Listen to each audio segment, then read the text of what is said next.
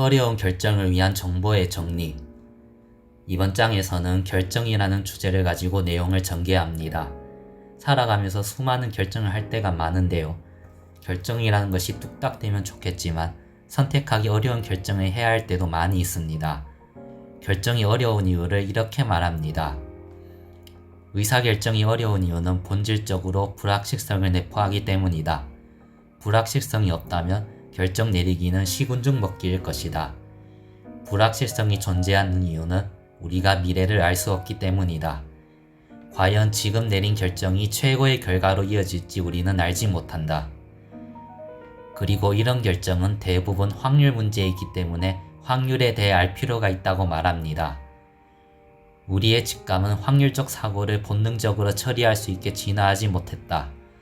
하지만 반나절 내내 뇌를 훈련시켜 논리적이고 효율적인 의사결정 기계로 만들 수 있다.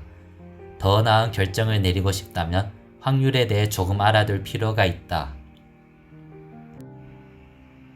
그러면서 이 책은 확률을 가지고 전개해 나가고 있습니다. 객관적 확률과 주관적 확률, 대수의 법칙, 도박사의 오류 등과 같은 내용을 소개하고 있는데요. 그 중에 하나를 간단히 소개합니다. 우리가 흥미를 느끼는 많은 일은 이미 전에도 일어났던 일들이다.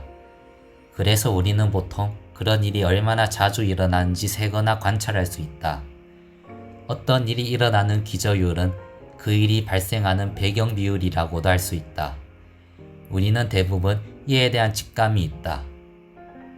확률이 극단적으로 낮은 사건에 대해서는 우리가 기저율 정보를 사용하는 능력이 있다. 우리 뇌가 제대로 작동하지 못하는 경우는 확률이 낮기는 낮은데 적당히 낮은 경우다.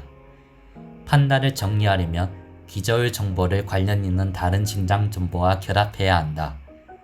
이런 추론 방식이 베이지의 법칙이다. 베이지의 법칙을 이용하면 추정치를 정교하게 다듬을 수 있다. 이 장은 특히 의학을 중심 소재로 전개하고 있는데 그만큼 건강에 관해 아주 중요한 결정을 내리기가 그만큼 어려운 것을 이야기하고 있습니다. 살다 보면 어느 한순간 자신이나 사랑하는 이의 건강에 대해 아주 중요한 결정을 내려야 할 때가 찾아오기 마련이다. 이런 결정은 그 자체로도 어렵지만 그런 상황에 처하면 신체적, 정신적으로 스트레스가 커져서 판단 능력이 저하될 가능성이 크기 때문에 한층 더 애를 먹게 된다. 각각의 결정에는 불확실성과 위험이 따르고 지금의 시간과 편안함을 알 수 없는 미래의 결과와 맞바꿔야 하는 경우가 많다. 만약 식사 후 치실을 사용해서 완벽한 구강 건강을 누릴 수 있으리라 100% 확신한다면 당신은 당연히 그렇게 할 것이다. 그런데 당신은 과연 치실을 자주 사용하며 그 정도의 가치를 얻을 수 있으리라 기대하는가?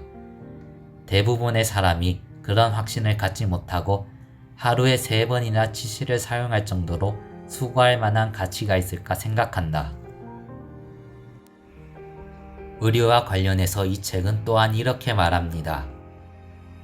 의료와 관련해서 당신은 어떤 편향을 갖고 있는가? 우리 모두는 편향이 있다.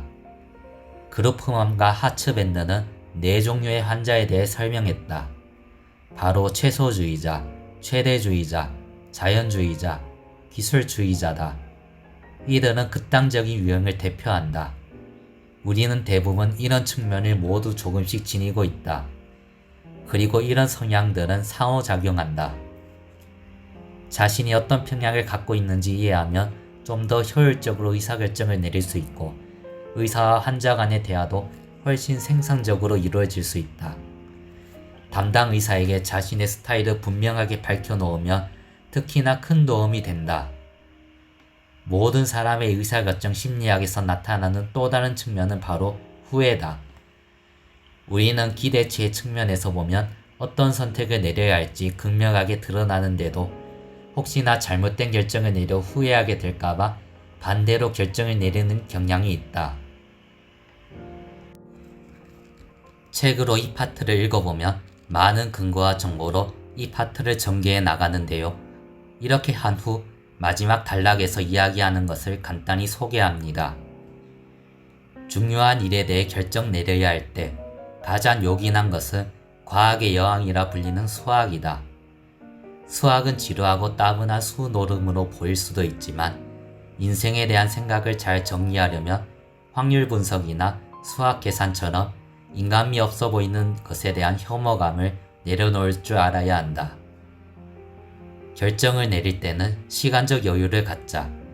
그리고 수학적인 관점에서 생각해 본 다음 그것을 의사와 함께 얘기해 보자. 이 장은 읽는 독자에 따라서는 딱딱하고 어렵게 느껴질지도 모르겠습니다. 이 장은 의학을 중점적으로 다루었지만 의학뿐만 아니라 살면서 어려운 결정을 내려야 할 경우가 많은 것 같습니다. 모든 것을 수학적인 관점으로만 접근할 수는 없을 겁니다. 그렇지만 자신에 대해 정확히 알아서 막연한 감으로 결정하는 것이 아닌 근거를 찾아 생각과 정보를 정리할 때 의미 있는 선택을 할 수 있을 것이라 생각합니다. 지금까지도 많은 결정을 했지만 앞으로 더 많은 결정들이 기다리고 있을 텐데 생각과 정보를 잘 정리해서 결정하고 시야를 넓혀가도록 해야겠습니다. 오늘 6장은 여기까지 하겠습니다. 감사합니다.